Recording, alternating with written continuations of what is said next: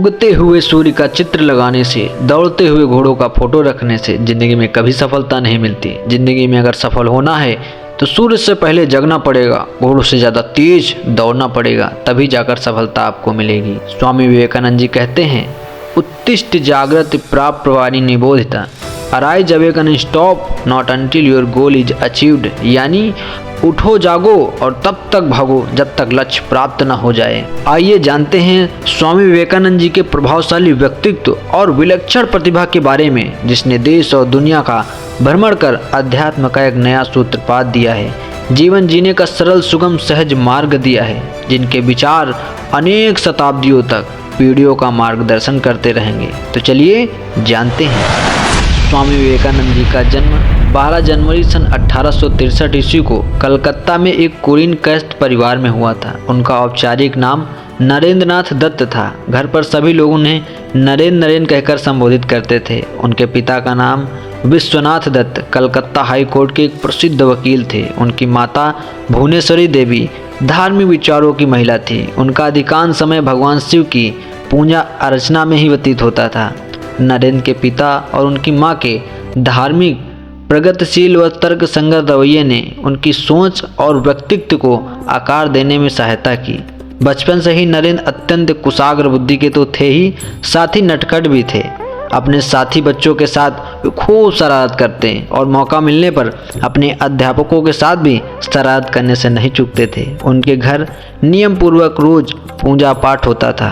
धार्मिक प्रवृत्ति होने के कारण माता भुवनेश्वरी देवी को पुराण, रामायण, महाभारत आदि कथा सुनने का बहुत शौक था। कथावाचक बराबर इनके घर आते रहते थे। नियमित रूप से भजन कीर्तन भी होता रहता था।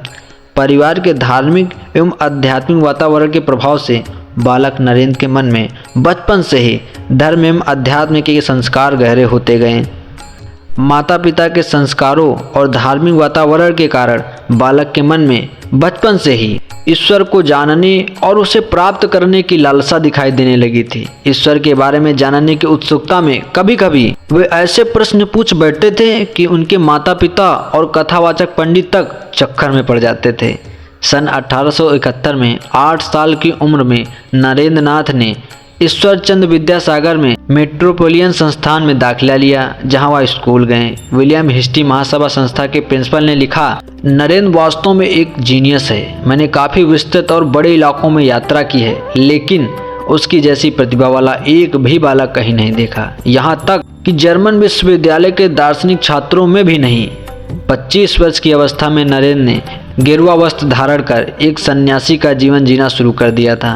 तत्पश्चात उन्होंने पैदल ही पूरे भारतवर्ष की यात्रा की। विवेकानंद ने 31 मई 1893 को अपनी यात्रा शुरू की और जापान के कई शहरों Nagasaki, Kobe, Yokohama, Osaka, Kyoto और टोक्यो समेत का दौरा किया। चीन और कनाडा होते हुए अमेरिका के शिकागो पहुंचे। 1893 में शिकागो अमेरिका में विश्व धर्म परिषद हो रही थी। स्वामी विवेकानंद उसमें भारत के प्रतिनिधि के रूप में पहुंचे और वहां उन्होंने भाषण स्पीच में कहा, मेरे प्रिय अमेरिकी भाइयों और बहनों, परिषद तालियों की गूंज से भर गया। उन्होंने आगे कहा, आपने जिस सम्मान, सौहार्द और स्नेह के साथ हम लोगों का स्वागत किया है, उसके प्रति आभार प्रकट करने के निमित्त खड़े होते समय मेरा हृदय अवर्णनीय हर्ष से पूर्ण हो रहा है। संसार में सन्यासियों की सबसे प्राचीन परंपरा की ओर से मैं आपको धन्यवाद देता हूँ। धर्मों की माता की ओर से धन्यवाद देता हूँ और सभी संप्रदायों एवं मतों के कोटि कोटि हिंदुओं की ओर से भी धन्यवाद देता हूँ। उनकी वक्तव्य शैली तथा ज्ञान को देखते हुए वहाँ की मीडिया ने उन्हें साइक्लोनिक हिंदू का नाम दिया। अध्यात्म विद्या और भारतीय दर्शन के बिना विश्व अनाथ हो जाएगा, यह स्वामी विवेकानंद का दृढ़ विश्वास था। अमेरिका में उन्होंने रामकृष्ण मिशन की अनेक शाखाएं स्थापित की। अनेक अमेरिकी विद्वानों ने उनका शिष्यत्व ग्रहण किया।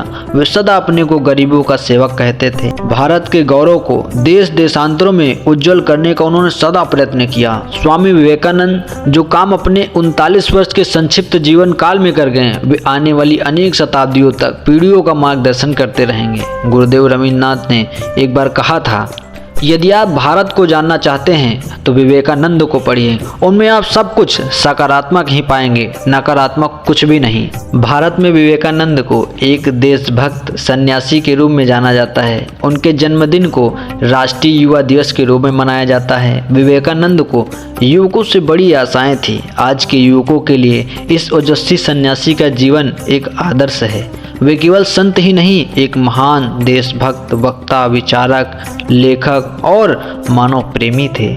स्वामी विवेकानंद ने प्रचलित शिक्षा को निषेधात्मक शिक्षा की संज्ञा देते हुए कहा कि आप उस व्यक्ति को शिक्षित मानते हैं जिसने कुछ परीक्षा उत्तीर्ण कर ली हो तथा जो अच्छे भाषण दे सकता हो, पर वास्तविकता यह है कि जो शिक्षा जनसाधारण को जीवन संघर्ष के लिए तैयार नहीं करती, जो चरित्र निर्माण नहीं करती, जो समाज सेवा की भावना विकसित नहीं करती तथा जो शेर जैसा साहस पैदा नहीं कर सकती, ऐसी शिक्षा से क्या लाभ। स्वामी विवेकानंद जी को युवाओं से बहुत आशाएं थीं। आज के युवाओं के लिए इस ओजस्वी सन्यासी का जीवन एक आदर्श है। स्वामी विवेकानंद ने 4 जुलाई 1902 को पश्चिम बंगाल के बेलूर मठ के एक शांत कमरे में महासमाधि ली। उस समय उनकी उम्र 39 वर्ष 5 माह और 24 दिन थी। हालांकि विवेकानंद अपने निधन से पहले कई बार अपने शिष्यों और परिचितों को कह चुके थे कि वो 40 वर्ष के आगे नहीं जीने वाले, उनकी उम्र इससे आगे नहीं जाएगी। आप सभी लोगों ने स्वामी विवेकानंद जी के प्रसंगों के बारे में तो सुना ही होगा, जिनमें से कुछ बेहद ही रोचक, नाटकीय एवं बहुत कुछ सिखाने वाले। एक बार स्वामी विवेकानंद जी ट्रेन से जा रहे थे और उनके सामने 2 अंग्रेजी महिलाएं बैठी थी। स्वामी जी को देखकर उनका मजाक उड़ा रही थी। तभी उन महिलाओं की नज़र उनके हाथ पर पड़ी जिसमें घड़ी बंधी हुई थी। घड़ी थोड़ी महंगी लग रही थी।